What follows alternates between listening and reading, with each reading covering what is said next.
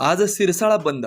भाजपच्या राष्ट्रीय सचिव पंकजा मुंडे यांच्या संदर्भात काही ठिकाणी सोशल मीडियावर आक्षेपार्ह पोस्ट व्हायरल होत होत्या.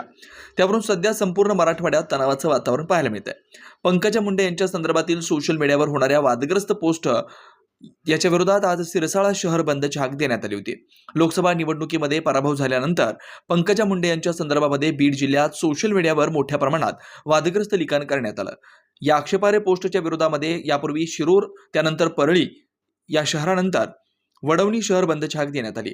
आता या शहरापाठोपाठ आज सिरसाळा शहर बंदची हाक देण्यात आली. विशेष म्हणजे सिरसाळा शहरातील या बंदमध्ये ओबीसी समाजातील सगळ्या जाती धर्मातील लोक सहभागी झाल्याचं चित्र पाहायला मिळालं.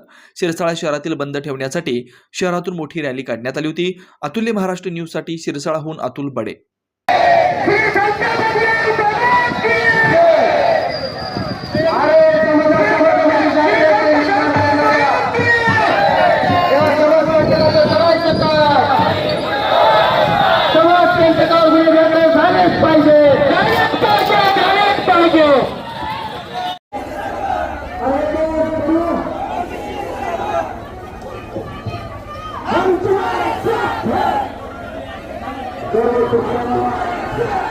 सर्व सरकार